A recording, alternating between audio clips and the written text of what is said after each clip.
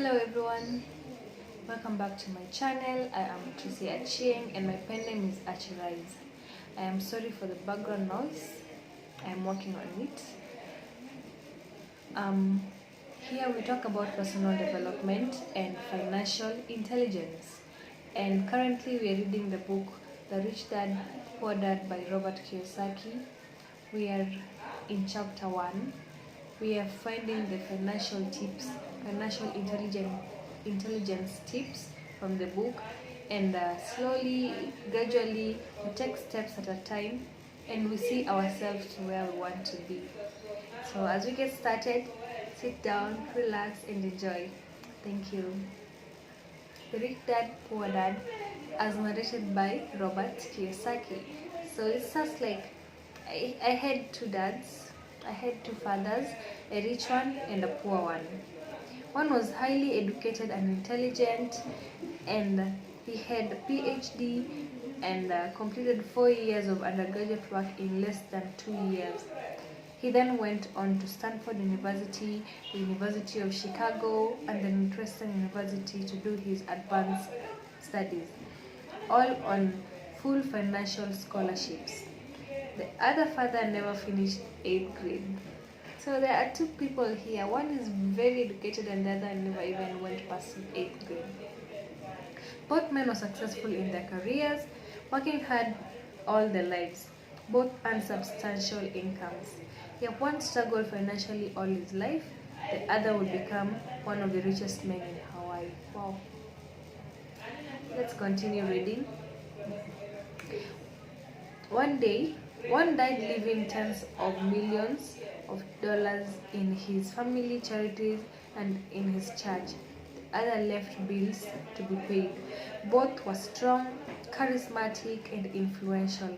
Both men offered me advice, but they did not advise the same things. Both men believed strongly in education, but did not recommend the same course of study. I hope you guys are following. Kindly, in the comment section below, let me know your views on and anything we need to improve, except for the background noise which I'm working on. I don't know till when, but yeah. Anything else we need to improve, kindly. Both men were strong, yeah. If I had only one dad, I would have had to accept or reject his advice. Having two dads advising me offered me the choice of contrasting points of view, one of a rich man, one of a poor man. So both of them are earning substantial income, but one is always in debt, poor, while the other leaves millions and millions of dollars in his family charity and church. Let's keep reading. Instead of simply accepting or rejecting one or the other, I found myself thinking more, comparing, and then choosing for myself. That's it, you guys. The problem was, the rich one was not rich yet, and the poor man was not yet poor. Both were just starting out on their careers, and both were struggling with money and families. But they had very different points of view about the subject of money. One thing for sure. For example, one dad will say, the love of money is the root of all evil. Let's put that phrase in our head. We'll talk about it later in one of our videos, upcoming videos. The love of money is the root of all evil. The other, the lack of money is the root of all evil. The lack of money is the root of all evil. As a young boy, having two strong fathers, both influencing me, was difficult. I wanted to be a good son and listen, but the two fathers did not say the same things. The contrast in their points of view, particularly where money was concerned, was so extreme that I grew curious and intrigued. I began to start thinking for long periods of time about what each was saying. Much of my private time was spent reflecting, asking myself questions as, why does he say that? Then asking the same question to the other dad's statement. It would have been much easier to simply say, yeah, he's right, I agree with that, or simply to reject the point of view by saying, the old man doesn't know what he's talking about. Instead, Instead, okay.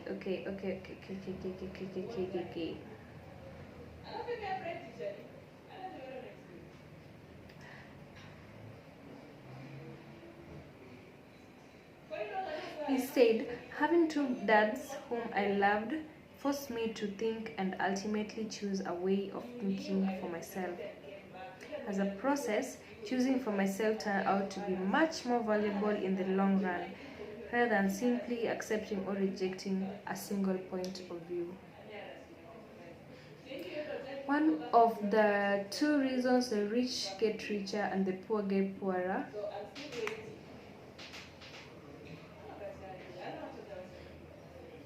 Okay. One of the reasons the rich get richer and the poor get poorer and the middle class struggles in debt is because the subject of money is taught at home, not in school. Most of us learn about money from our parents. So what can a poor parent tell their child about money? They simply say, stay in school and study hard. The child may graduate with excellent grades, but with a poor parent's financial programming and mindset. It was learned while the child was young. Money is not taught in schools. One thing for sure, money is not taught in schools. Schools focus on scholastic and professional skills, but not on financial skills. This explains how smart bankers, doctors, accountants who earned excellent grades in school may still struggle financially all of their lives. Our staggering national debt is due to large part of highly educated politicians and government officials making financial decisions with little or no training on the subject of money. One thing for sure. I often look ahead to the new millennium and wonder what will happen when we have millions of people who will need financial and medical assistance. They will be dependent on their families or the government for financial support. What will happen when Medicare and Social Security run out of money? How will a nation survive if teaching children about money continues to be left to parents, most of whom will be or already are poor?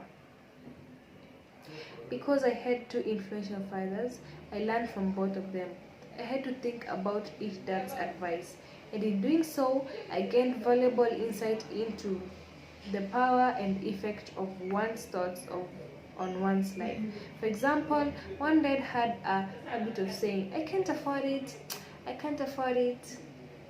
The other dad forbade those words to be used. He said on, how can I afford it? Let's look at that. Let's pause for a while and let that sink. One says, I can't afford it. I can't afford it. I can't afford it. I can't afford it. Then the other one asks, don't say you can't afford it. Ask yourself, how can I afford it? How can I afford this thing? How can I afford it? Let's continue. Again, one is a statement, the other is a question. One lets you off the book, and the other forces you to think. My soon-to-be rich dad would explain that by automatically saying the words I can't afford it, your brain stops working. By asking the question, how can I afford it, your brain is put to work. He did not mean buy everything you wanted. He was fanatical about exercising your mind. The most powerful computer in the world. Yeah. My brain gets stronger every day because I exercise it. The stronger it gets, the more money I can make, he believed. He believed that automatically saying I can't afford it was a sign of mental laziness. Although both dads worked hard, I noticed that one dad had a habit of putting his brain to sleep when it came to money matters, and the other had a habit of exercising his brain. The long-term result was that one dad grew stronger financially, the other grew weaker. It is not much different from a person who gets to the gym to exercise on a regular basis versus one who sits on the couch watching television. Proper physical exercise increases your chances for health. Proper mental exercise increases your chances for wealth. Another phrase to remember. Proper physical exercise increases your chances for health. Proper mental exercise increases your chances for wealth. So here we'll always be, in as much as we'll talk about the physical fitness and physical health in general through the personal development videos, which will be dropping in a few. We majorly talk about exercising your brain, proper mental exercise, which will always in the long term increase our wealth. We are not there. I personally am not where I want to be, but I believe that every day, small steps, exercising your brain, exercising what, I am not where I was yesterday, I'm not where I was last year, I'm not where I was last week. Every day, small steps, every day you see change and you see progress. I'm not there yet, but I want to make this YouTube channel something that will make me remember in a few that I started here, I was like this and like this and like this, but now I'm here and I'm making it and I'm becoming what I ever wanted to be. Let's continue reading kindly. The long-term result was that one dad grew stronger financially and the other grew weaker. It is not much different from a person who goes to the gym. Yeah. Laziness decreases both health and wealth. One thing for sure. My two dads had opposing attitudes in thought. One dad thought that the rich should pay more in tax to take care of the less fortunate. Is that a point really? Is that a point? The rich should pay more in taxes to help the less fortunate. Let's read.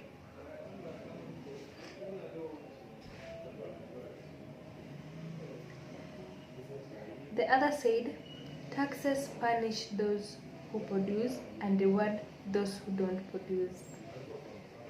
One dad recommended, study hard so you can find a good company to work for. The other dad recommended, study hard so you can find a good company to buy. Wow. One recommends you to study hard so you can get a good company to work for. Another says study hard so you can get a good company to buy. Wow. Maybe I'll buy one soon. Okay. The reason I'm not rich is because I have kids. One dad said, the reason I'm not rich is because I have kids. Oh my god. And the other said, the reason I must be rich is because I have you kids. One encouraged talking about money and business at dinner table. The other forbade the subject of money to be discussed over a meal.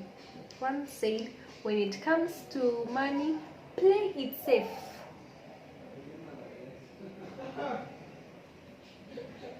One minute, please.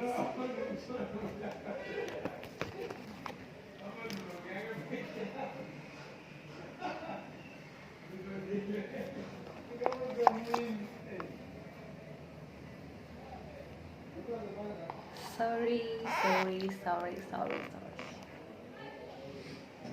So, one advice when it comes to money, play it safe. Don't take risks.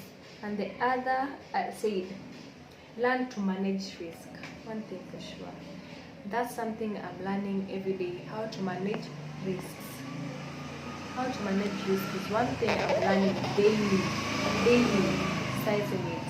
I'm taking so many risks, but every day I'm learning to manage them. One believe that our home is our largest investment and greatest asset.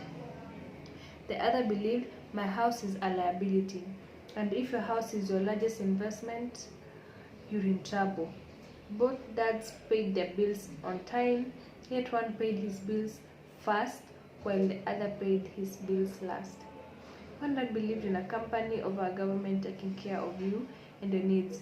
He was always concerned about pay rises, retirement plans, medical benefits, sick leave, vacation days, and other perks. was impressed with two of his uncles who joined the military and earned a retirement and entitlement package for life or 20 years of active service. He loved the idea of medical benefits and the PX privileges the military provided to its retirees. He also loved the tenure system available through the university. The idea of job protection for life and job benefits seemed more important at time than the job. He often say, "I've worked hard for the government and I'm entitled to those benefits." Maybe. The other believed in total financial self-reliance. He spoke out against the entitlement mentality and how it was creating weak and financially needy people. He was emphatic about being financially competent, one that struggled to save a few dollars, the other simply created investments. One that taught me how to write an impressive resume so I could find a good job, the other taught me how to write good, strong business and financial plans so I could create good jobs. Being a product of two strong dads allowed me to the luxury of observing the effects different thoughts have on one's life.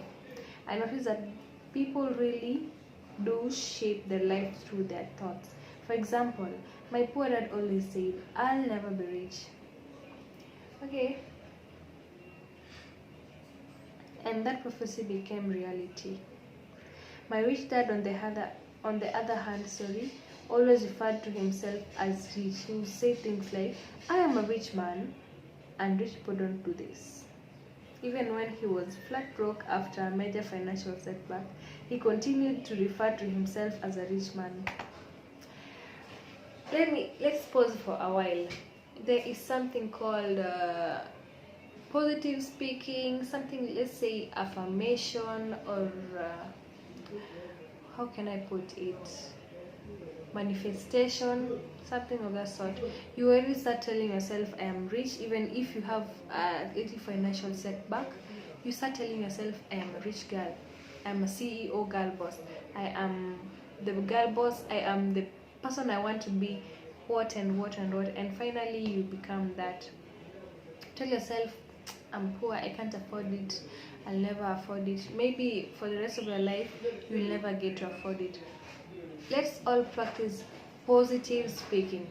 You're talking good about yourself, and in one way or another it gets to be that. Yeah.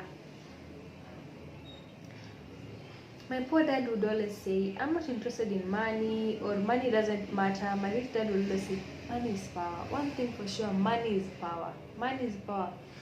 Money, someone said money might not buy happiness, but it controls everything. Everything. Even how people view you, vacations, your house, your lifestyle. Money controls everything. Almost everything. And to some extent it buys happiness. Yeah. The power of our thoughts may never be measured or appreciated, but it became obvious to me as a young boy to be aware of my thoughts and how I expressed myself. I noticed that my poor dad was poor not because of the amount of money he earned, which was insignificant, but because of his thoughts and actions. As a young boy, having two fathers, I became acutely aware of being careful which thoughts I chose to adapt as my own. Whom should I listen to? My rich dad or my poor dad? Although both men had tremendous respect for education and learning, they disagreed in what they thought was important to learn. One wanted me to study hard, earn a degree, get a good job, to work for money. He wanted me to study to become professional, or an attorney, or an accountant, or to go to business school for my MBA. The other encouraged me to study to be rich. And that's what I'm doing, studying to be rich. To understand how money works and to learn how to have money work for me. I do work for money, or words he would repeat over and over again. This is one thing I'm also trying to do, to have my money work for me instead of me working for money.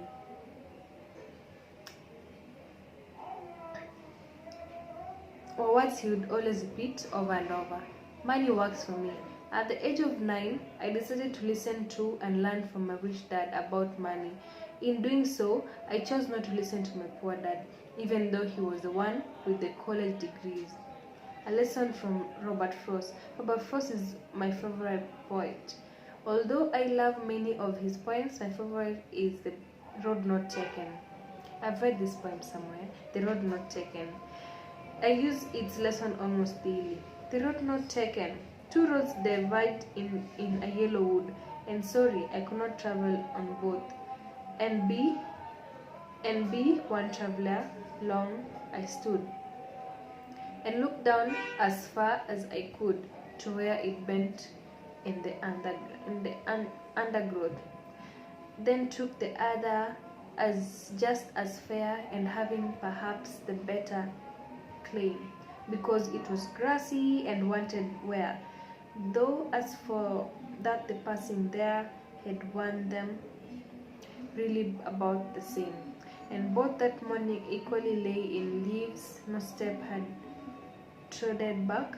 Oh, I kept the fast for the other day, yet knowing how way leads into another, I doubted if I should ever come back. I shall be telling this with sigh. Somewhere ages and ages hence, 2 roads diverged in a wood, and I took the one less traveled by. And that has made all the difference. Robert Frost, 1916, very many years ago. The road not taken. Most people are taking the easier road. It's better to play it safe than to play it smart. It's okay to take risk as long as you can always manage the risk. And in managing risk sharpens your brain. And when your brain is sharp, you build wealth. It's always okay to take risks. And I feel so motivated when I do this book reading, because I feel like, yeah, every day I'm growing, I'm getting stronger, I am becoming better. Let's talk about The Road Not Taken later. I'm going to do a blog on this, and I will link it here, The Road Not Taken, and maybe write a few more points. I know I never read the poem well, as it is supposed to be read by my poet, but it's a nice poem, The Road Not Taken by Robert Frost, where he says that, and he took the one less traveled by. One thing we should always learn to take,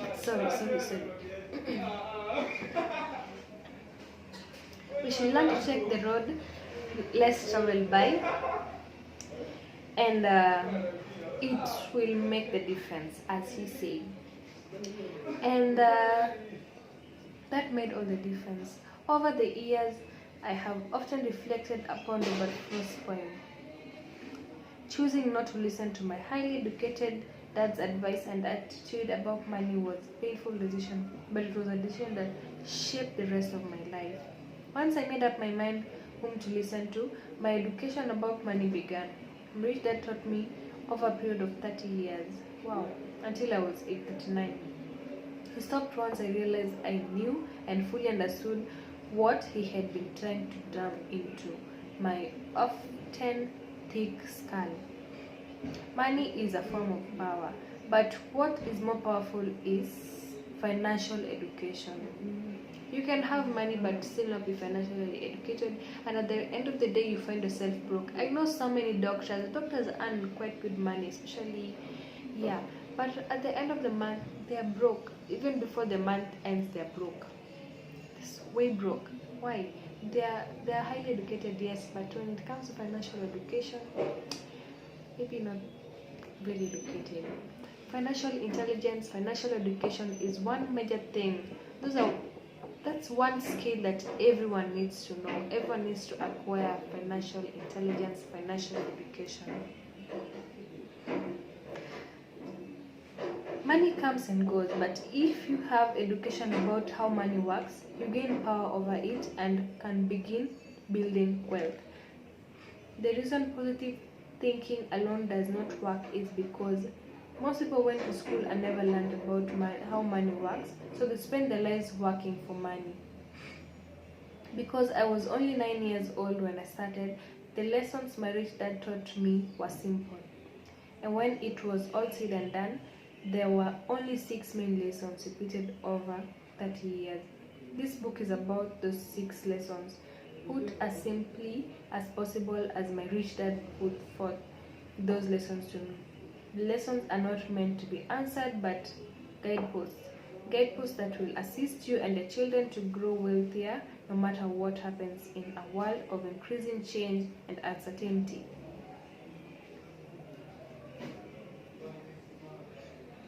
That's it. That's it for today. So today, in summary, we've seen that we've been able to contrast two dads. Both of them value education, but not the same path of education. One advises the other to play it safe, and while the other advises the boy to play it smart, to take risks. One is for financial education, one is against it. And I want to encourage all of us that it is always okay to start small. Take those risks. Let your goals. Someone said that if your goal doesn't scare you, then it's too small. It's okay to have your goals high. You aim high. You take small steps. Break them down into achievable goals, short goals, and see how you can always upgrade and everything of that sort. So thank you again for following. See you next time. Goodbye.